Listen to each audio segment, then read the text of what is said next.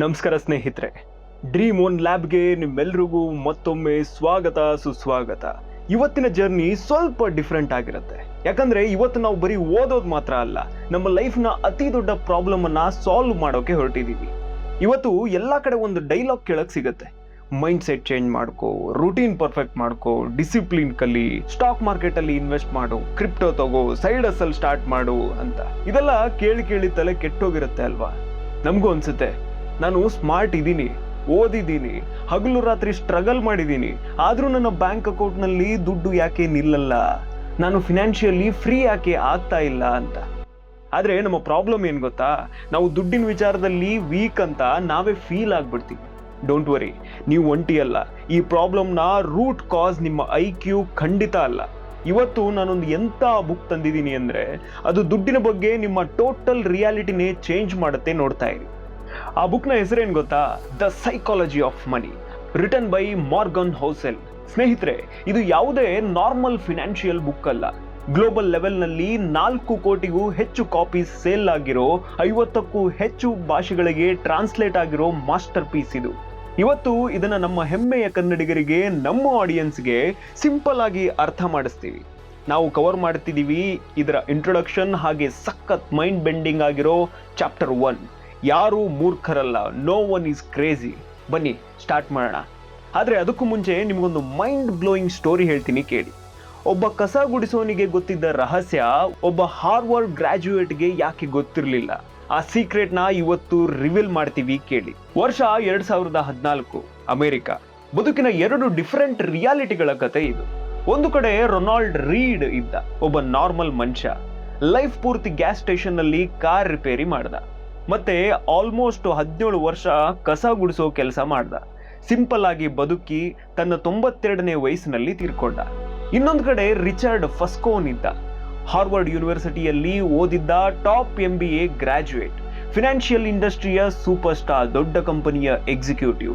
40ನೇ ವಯಸ್ಸಿನಲ್ಲಿ ರಿಟೈರ್ಮೆಂಟ್ ತಗೊಂಡ, ಯಾಕಂದ್ರೆ ಅವನ ಹತ್ರ ಅಷ್ಟೊಂದು ದುಡ್ಡಿತ್ತು. ಆದ್ರೆ 2008ರ ಫಿನಾನ್ಷಿಯಲ್ ಕ್ರೈಸಿಸ್ ನಲ್ಲಿ ರಿಚರ್ಡ್ ಬ್ಯಾಂಕ್ ಕರಪ್ಟ್ ಆದ. ಅರಮನೆ ತರ ಇದ್ದ ಮನೆ ಸೇಲ್ ಆಯ್ತು, ಲಿಟ್ರಲಿ ರಸ್ತೆಗೆ ಬಂದ. ಆದ್ರೆ ಆ ಕಸ ಗುಡಿಸೋ ರೊನಾಲ್ಡ್ ರೀಡ್ ತೀರ್ಕೊಂಡಾಗ ಅವನ ಫ್ಯಾಮಿಲಿಗೆ ಒಂದು ದೊಡ್ಡ ಶಾಕ್ ಕಾದಿತ್ತು. ರೊನಾಲ್ಡ್ನ ಬ್ಯಾಂಕ್ ಅಕೌಂಟ್ ಮತ್ತೆ ಇನ್ವೆಸ್ಟ್ಮೆಂಟ್ ಸೇರಿ ಒಟ್ಟು 8 ಮಿಲಿಯನ್ ಇತ್ತು. ಅಂದ್ರೆ ನಮ್ಮ ಇಂಡಿಯನ್ ಕರೆನ್ಸಿಯಲ್ಲಿ ಬರೋಬ್ಬರಿ 66 ಕೋಟಿ ರೂಪಾಯಿ. ಸ್ವಲ್ಪ ಇಮ್ಯಾಜಿನ್ ಮಾಡ್ಕೊಳ್ಳಿ, ಒಬ್ಬ ಹಾರ್ವರ್ಡ್ ಗ್ರಾಜ್ಯುಯೇಟ್ ರಸ್ತೆಗೆ ಬಂದ, ಒಬ್ಬ ಕ್ಲೀನರ್ 66 ಕೋಟಿ ಒಡೆಯ ಆದ. ಹೇಗೆ? ಇದು ಮ್ಯಾಜಿಕ್ ಅಲ್ಲ, ಇದು ಫಿನಾನ್ಷಿಯಲ್ ಬಿಹೇವಿಯರ್. ರೊನಾಲ್ಡ್ ತನ್ನ ಚಿಕ್ಕ ಇನ್ಕಮ್ನ ಬ್ಲೂ ಚಿಪ್ ಸ್ಟಾಕ್ ನಲ್ಲಿ ಹಾಕಿ ಡಿಕೇಡ್ಸ್ ಗಟ್ಟಲೆ ವೇಟ್ ಮಾಡ್ದ. ಅವನ ಬಿಹೇವಿಯರ್ ಕಾಮ್ ಆಗಿತ್ತು. ಆದ್ರೆ ರಿಚರ್ಡ್ನ ಬಿಹೇವಿಯರ್ ಬರೀ ಗ್ರೀಡ್, ದುರಾಸೆ ಹಾಗೆ ಈಗೋ ಇಂದ ಕೂಡಿತ್ತು. ಆಥರ್ ಹೇಳ್ತಾರೆ, ಫಿನಾನ್ಸ್ ಅನ್ನೋದು ಬರೀ ಪ್ಯೂರ್ ಸೈನ್ಸ್ ಅಥವಾ ಮ್ಯಾಥ್ಸ್ ಅಲ್ಲ, ಅದೊಂದು soft skill. Money is behaviour, not a intelligence. ದುಡ್ಡು ಅನ್ನೋದು ನೀವು ಎಷ್ಟು ಸ್ಮಾರ್ಟ್ ಅನ್ನೋದ್ರ ಮೇಲೆ ಡಿಪೆಂಡ್ ಆಗಲ್ಲ, ನೀವು ಹೇಗೆ ಬಿಹೇವ್ ಮಾಡ್ತೀರಾ ಅನ್ನೋದ್ರ ಮೇಲೆ ಡಿಪೆಂಡ್ ಆಗಿರುತ್ತೆ ಅಂತ ಹೇಳ್ತಾರೆ. ಹಾಗಾದ್ರೆ ನಾವು ದುಡ್ಡಿನ ಜೊತೆ ಯಾಕೆ ಹಿಂಗೆ ವಿಚಿತ್ರವಾಗಿ ಬಿಹೇವ್ ಮಾಡ್ತೀವಿ? ಚಾಪ್ಟರ್ 1ನ ಹೆಸರೇ ಇದು, ನೋ ಒನ್ಸ್ ಕ್ರೇಜಿ, ಯಾರೂ ಮೂರ್ಖರಲ್ಲ. ಇದನ್ನ ಸಿಂಪಲ್ ಆಗಿ ನಿಮ್ಮ ಸ್ಮಾರ್ಟ್ ಫೋನ್ಗೆ ಕಂಪೇರ್ ಮಾಡೋಣ. ಹಾರ್ಡ್ವೇರ್ ಅಂದ್ರೆ ನಿಮ್ಮ IQ ಮತ್ತೆ ಎಜುಕೇಶನ್, ಸಾಫ್ಟ್ವೇರ್ ಅಂದ್ರೆ ನಿಮ್ಮ ಬಿಹೇವಿಯರ್ ಮತ್ತೆ ಲೈಫ್ ಎಕ್ಸ್ಪೆನ್ಸಸ್. ಫೋನ್ನಲ್ಲಿ ಎಷ್ಟೇ ಫಾಸ್ಟ್ ಪ್ರಾಸೆಸರ್, ಹೈ IQ ಇದ್ರೂ ಆಪರೇಟಿಂಗ್ ಸಿಸ್ಟಮ್ OS ಕರಪ್ಟ್ ಆದ್ರೆ ಫೋನ್ ಹ್ಯಾಂಗ್ ಆಗೋಕೆ ನಿಲ್ಲುತ್ತೆ ಅಲ್ವಾ? ಹಾಗೆ ನೀವು ಎಷ್ಟೇ ಸ್ಮಾರ್ಟ್ ಆಗಿದ್ರು ಎಮೋಷನಲ್ ಕಂಟ್ರೋಲ್ 0 ಇದ್ರೆ ಮಾರ್ಕೆಟ್ ಕ್ರ್ಯಾಶ್ ಆದಾಗ ಪ್ಯಾನಿಕ್ ಆಗಿ ಲಾಸ್ ಮಾಡ್ಕೊಳ್ತೀರಾ. ಮಾರ್ಗನ್ ಹೌಸೆಲ್ ಪ್ರಕಾರ ನಿಮ್ಮ ಫಿನಾನ್ಷಿಯಲ್ ಬಿಹೇವಿಯರ್ 3 ವಿಷಯಗಳ ಮೇಲೆ ನಿಂತಿದೆ. ಮೊದಲನೇದು ಪರ್ಸನಲ್ ಎಕ್ಸ್ಪೀರಿಯನ್ಸ್, ನಿಮ್ಮ ಸ್ವಂತ ಅನುಭವ. ಈ ಪ್ರಪಂಚದ ಬಗ್ಗೆ ನಿಮ್ಮ 100% ಅಂಡರ್ಸ್ಟ್ಯಾಂಡಿಂಗ್ ಬರೀ ನಿಮ್ಮ 0.0001% ಪರ್ಸನಲ್ ಎಕ್ಸ್ಪೀರಿಯನ್ಸ್ ಮೇಲೆ ಬೇಸ್ ಆಗಿರುತ್ತೆ. ನಾವು ಕಣ್ಣಿಂದ ಏನು ನೋಡ್ತೀವೋ ಅದನ್ನೇ ನಿಜ ಅಂತ ನಂಬ್ತೀವಿ. ಇನ್ನು ಸೆಕೆಂಡ್ ಒನ್, ಜನರೇಷನಲ್ ಬ್ಯಾಕ್ಗ್ರೌಂಡ್, ಹಿನ್ನೆಲೆ. ನೀವು ಬೆಳೆದ ಎನ್ವಿರಾನ್ಮೆಂಟ್ ನಿಮ್ಮ ಬಿಲೀಫ್ಸ್ನ ಲಾಕ್ ಮಾಡುತ್ತೆ. ಬಡತನದಲ್ಲಿ ಬೆಳೆದ ಮಗು ದುಡ್ಡನ್ನ ನೋಡೋ ರೀತಿನೇ ಬೇರೆ, ರಿಚ್ ಮನೆಯಲ್ಲಿ ಬೆಳೆದ ಮಗು ನೋಡೋ ರೀತಿನೇ ಬೇರೆ. ಇನ್ನು ಥರ್ಡ್ ಒನ್, ಎಮೋಷನಲ್ ವೈರಿಂಗ್, ಭಾವನೆಗಳು. ದುಡ್ಡಿನ ಡೈರೆಕ್ಟ್ ಕನೆಕ್ಷನ್ ನಮ್ಮ ಫಿಯರ್ ಮತ್ತೆ ಗ್ರೀಡ್ ಜೊತೆ ಇರುತ್ತೆ. ದುಡ್ಡು ಕಣ್ಣು ಮುಂದೆ ಬಂದಾಗ ಲಾಜಿಕ್ ಕೆಲಸ ಮಾಡಲ್ಲ, ಎಮೋಷನ್ಸ್ ಡ್ರೈವ್ ಮಾಡುತ್ತೆ. ಹಾಗಾಗಿ ಬೇರೆಯವರು ದುಡ್ಡಿನ ವಿಚಾರದಲ್ಲಿ ದಡ್ಡರು ಅನ್ಸುತ್ತೆ. ಆದ್ರೆ ವೇಟ್ ಮಾಡಿ, ಒಂದು ಸಿಂಪಲ್ ರುಟೀನ್ ನಿಮ್ಮ ಎಮೋಷನಲ್ ವೈರಿಂಗ್ ನ ಹೇಗೆ ಹ್ಯಾಕ್ ಮಾಡುತ್ತೆ ಅಂತ ಹೇಳ್ತೀನಿ. ಈ ಕಾನ್ಸೆಪ್ಟ್ ಹೊಸದೇನಲ್ಲ ಬಾಸ್. ಸಾವಿರಾರು ವರ್ಷಗಳ ಹಿಂದೆ ಚಾಣಕ್ಯ ಹೇಳಿದ್ರು, ದುಡ್ಡು ಉಳಿಸೋದು ಇಂಟೆಲಿಜೆನ್ಸ್ಗಿಂತ ಪೇಷನ್ಸ್ನ ಆಟ ಅಂತ. ವಾರೆನ್ ಬಫೆಟ್ ಇದನ್ನೇ ಲೈಫ್ ಲಾಂಗ್ ಪ್ರಾಕ್ಟೀಸ್ ಮಾಡಿದ್ರು. ಇವತ್ತು NBER national bureau of economic ರಿಸರ್ಚ್ನ ಒಂದು ಮ್ಯಾಸಿವ್ ಸ್ಟಡಿ ಕೂಡ ಇದನ್ನೇ ಪ್ರೂವ್ ಮಾಡಿದೆ. ಜನ ದುಡ್ಡನ್ನ ಇನ್ವೆಸ್ಟ್ ಎಲ್ಲಿ ಮಾಡ್ತಾರೆ ಅಂದ್ರೆ ತಮ್ಮ 20ನೇ ವಯಸ್ಸಿನಲ್ಲಿ ಮಾರ್ಕೆಟ್ ಹೇಗಿತ್ತು ಅನ್ನೋದನ್ನ ನೋಡಿ.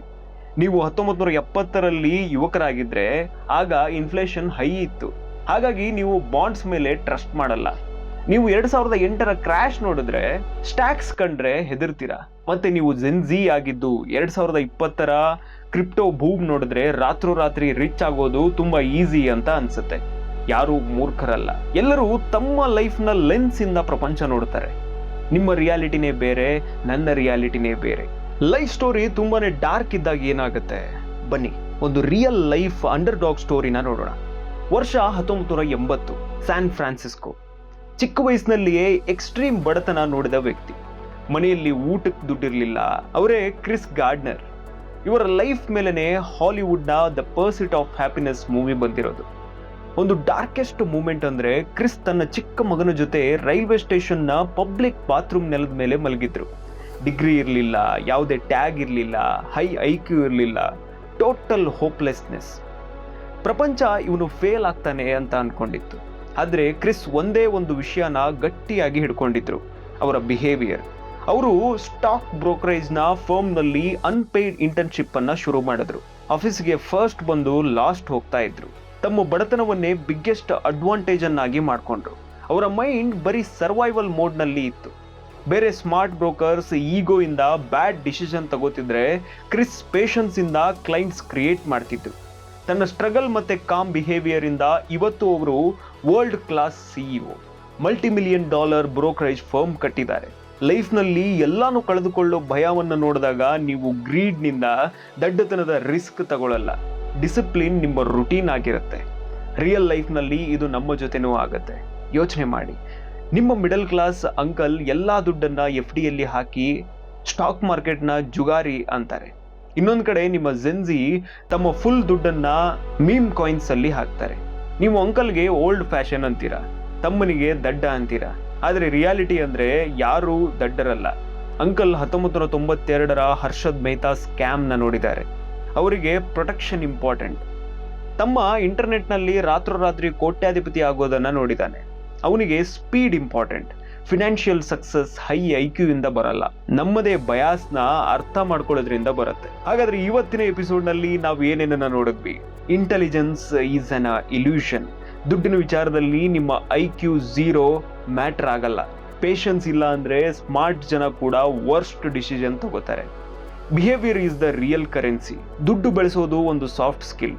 ಮಾರ್ಕೆಟ್ ಕ್ರ್ಯಾಶ್ ಆದಾಗ ಅಥವಾ ಬೋನಸ್ ಬಂದಾಗ ನೀವು ಹೇಗೆ ರಿಯಾಕ್ಟ್ ಮಾಡ್ತೀರಾ ಅನ್ನೋದೇ ನಿಮ್ಮ future. Your reality is just a fraction.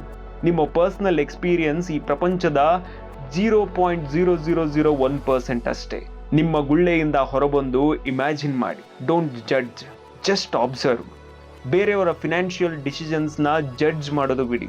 ಎಲ್ಲರ ಲೈಫ್ ಜರ್ನಿ ಬೇರೆ, ಅವರ ಗೇಮ್ ರೂಲ್ಸೇ ಬೇರೆ. ಇದುವರೆಗೂ ನಾವು ನಮ್ಮ ಬಿಹೇವಿಯರ್ ನಮ್ಮ ದುಡ್ಡನ್ನ ಹೇಗೆ ಕಂಟ್ರೋಲ್ ಮಾಡುತ್ತೆ ಅಂತ ನೋಡಿದ್ವಿ. ಯಾರು ಮೂರ್ಖರಲ್ಲ ಅಂತಾನೂ ನೋಡಿದ್ವಿ. ಆದರೆ ಅಸಲಿ ಪ್ರಶ್ನೆ ಏನು ಮತ್ತೆ ಹೇಗೆ?